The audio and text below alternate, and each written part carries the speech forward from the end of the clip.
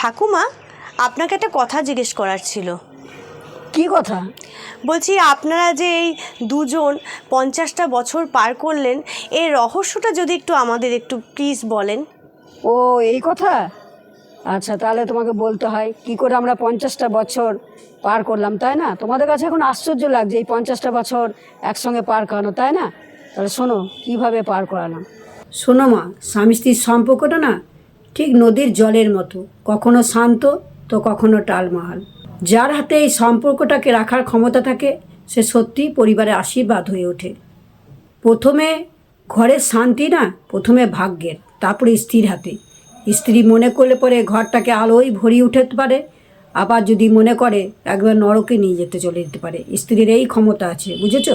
রহস্যটা কোথায় জানো তো? রহস্যটা এইখানেই যে আমি কোনোদিন রাগের সময়তে তার মুখের দিকে তাকিয়ে কোনোদিন কথা বলিনি। দেখে গেছি মানুষটা যখন রেগে গেছে তখন আমি চুপ হয়ে গেছি, সেই কথাটাই পরক্ষণে বলেছি, কিন্তু সেটা বুঝিয়ে বলেছি। কারণ সেই টাইমে যদি আমি ওই রাগের মাথায় যদি আমি দুটো কথা উত্তর করি তাহলে একটা বিবাদ সৃষ্টি হবে, ঝগড়ার সৃষ্টি হবে। তাই আমি কখনো রাগের মাথায় সেই সময় তো আমি কোনোদিন উত্তর করিনি। আচ্ছা ঠাকুমা, রাগ হলে আমাদের তো হাসি তো আসেই না, অপরন্ত আমাদের জেদ যেন মাথার ওপর উঠে যায়। রাগের মাথাতে যদি দুজনে যদি জেদ ধরে তাহলে সম্পর্ক ভাঙে, সম্পর্ক সেটা ঠিক থাকে না। পুরুষের মন যতই জেদি হোক না কেন, ভালোবাসার কাছে কিন্তু সে একদম নত হয়ে যাবে। হ্যাঁ, ওই রাগের সময়তে আমি ওইভাবেই কথা বলতাম। যখন রেগে যেত আমি হাসি মুখে সেখান থেকে সরে যেতাম। এটাই তো ক্ষমতা। অত রাগের মধ্যে আপনারা তো হাসি পেতেন কোথা থেকে আপনি? হ্যাঁ দেখুন ঠাকুমা, এই যে দেখতে পাচ্ছেন তো বাজনার আওয়াজ, নিশ্চয়ই কোথাও বিয়ে হচ্ছে। এই যে বিয়ের সম্পর্কটা, এখন এদের মধ্যে কত মধুর সম্পর্ক, কিন্তু যেই 6 মাস 1 বছর পেরিয়ে যায় এই বাজনায় তখন যেন একদম মানে যাতা কাণ্ডে পরিণত হয়ে যায়, মানে ডিভোর্সের পর্যায়ে পৌঁছে যায়। তা আপনাদের কি করে এতদিনের সম্পর্কটা কি করে টিকিয়ে রেখেছেন? এটাই তো চিন্তা, যে সংসারটা কী করে ভালো থাকবে, সেই চিন্তাটা সেই সময়তেই করা দরকার। তবেই সংসারটা ভালো হবে, নাহলে তো যখন তখন সংসারটা ভেঙে যাবে। আচ্ছা ঠাকুমা, আপনি কখনো দাদুকে ছেড়ে দূরে কোথাও যাননি? আমি তাকে কখনো একটা রাতের জন্য ছেড়ে কোথাও কাটাইনি, এমনকি কোনো বাপের বাড়িতেও আমি একটা রাত কাটাইনি। কেন জানো তো? আমার ভালো লাগতো না, মনে তো তার কষ্ট হবে, সেই কষ্ট ভেবে আমি কোথাও একটা রাতও কাটাইনি। যে আমি যদি না থাকি তার পাশে তার অনেক কষ্ট হবে, এইটা আমি বুঝতে পেরেছি, অনুভূতি দিয়ে আমি বুঝতে পেরেছি। তাই আমি কোনো দিন একটা রাতের জন্য বাইরে যাইনি। এখনকার দিনের মেয়েরা তো এত রাগ হলে মানে ভাতের থালা ছুঁড়ে ঠেলে ফেলে দিয়ে চলে যায়। তো আপনি যখন ঠাকুরদার এত রাগ হয় তখন আপনি কিভাবে তার চোখের দিকে তাকিয়ে মৃদু হেসে বলেন যে আমি তোমার ওপর রাগ করিনি? এই রহস্যটা যদি একটু আমাদের খুলে বলেন। স্বামী স্ত্রীর সম্পর্কে না কোনো অহংকারের জায়গা নেই। যেখানে তুমি নিজেকে সম্পূর্ণভাবে মেরে ধরেছো তার কাছ থেকে দূরে থাকা কখনোই ঠিক নয়। সম্পর্ক মানে জয় পরাজয় নয়, দুটো আত্মার মিল। সেখানে যে ভালোবাসতে জানে সেই কিন্তু যেতে। সে বাড়িতে আসা মাত্রই আমি তার হাতে হাতে জল দিয়েছি, কি দরকার কি প্রয়োজন সেগুলো সব সময়তে আমি হাতে হাতে দিয়েছি, করেছি।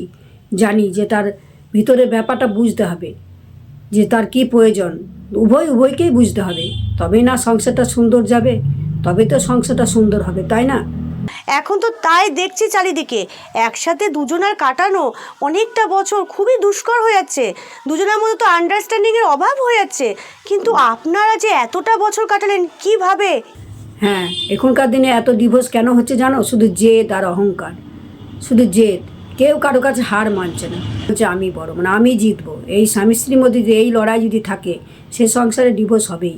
একজনকে মানে নত হতেই হবে, তবেই তুমি একই ছাদের তলায় অনেক দিন বাস করতে পারবে। সারা জীবন একে অপরের হাত ধরে সুন্দরভাবে একটা পরিবারকে বাঁচিয়ে নিয়ে যেতে পারবে। এখানে যদি বিশ্বাসঘাতকতা হয়, স্বামী স্ত্রীর মধ্যে ভুল বোঝাবুঝি হয়, তাহলে কখনোই সেটা সম্ভব নয়। তাই তোমার এখন অল্প বয়স, তোমাকেও বলছি যে এইভাবে স্বামী স্ত্রী যদি প্রত্যেকটা সংসারে যদি স্বামী স্ত্রী এই বোঝাপড়া আন্ডারস্ট্যান্ডিং যদি থাকে সেই সংসারে কোনো দিন ভাঙন হবে না। কিন্তু তাই আমরা এইভাবেই 50টা বছর কাটিয়ে গেলাম। সংসারটাকে ভালোবাসতে হবে, কে বেশি করছে কে কম করছে কে কি করলো এই সকল দেখলে হবে না। এটা আমার সংসার, আমার সংসারটাকে সুন্দর করে রাখতে হবে, এই চিন্তাভাবনা যদি থাকে কারোর মধ্যে, সে সংসারে কোনো দিন অশান্তি হতে পারে না। তাহলে তুমি নিশ্চয়ই বুঝতে পারলে যে আমি কি বলতে চাইলাম। মূল কথা যেটা সেটাই আমি তোমাকে বলে দিলাম। এইভাবেই 50 বছর কেন, 100 বছর সারা জীবন একসাথে হাত ধরে কাটিয়ে দিতে পারে। শুধু নিজেদের জেদ অহংকার এগুলোকে যদি একটু ত্যাগ করতে কেউ পারে তাহলেই সবাই পারবে। এটা আশ্চর্যের কিছু নয়। আর এটাই উচিত, স্বামী স্ত্রী মানে কি, দুজন দুজনের উভয়ের সাথী, আত্মার মিলন। এখানে কোনো রকম ভুল বোঝাবুঝি হতে পারে না। তাই তোমার উত্তর আমি তোমাকে দিয়ে দিলাম। তো আপনারা তো দেখলেন যে ঠাকুমার কত ধৈর্য।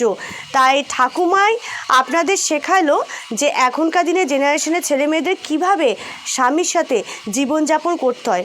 কতটা ধৈর্য দিয়ে উনি ওনার স্বামীর সাথে আজ 50টা বছর রাগ না করে, তার প্রতি কোনো অভিমান না করে, সমস্ত রাগ অভিমান নিজের মধ্যে চেপে রেখে হাসি মুখে কীভাবে সংসার করলেন। তো সত্যি ঠাকুমা, এই তোমাদের পিসিমা চ্যানেলের তরফ থেকে তোমাকে অসংখ্য ধন্যবাদ। তুমি এত সুন্দর করে আমাদের উপদেশ দিলে সংসার জীবনযাপন করার।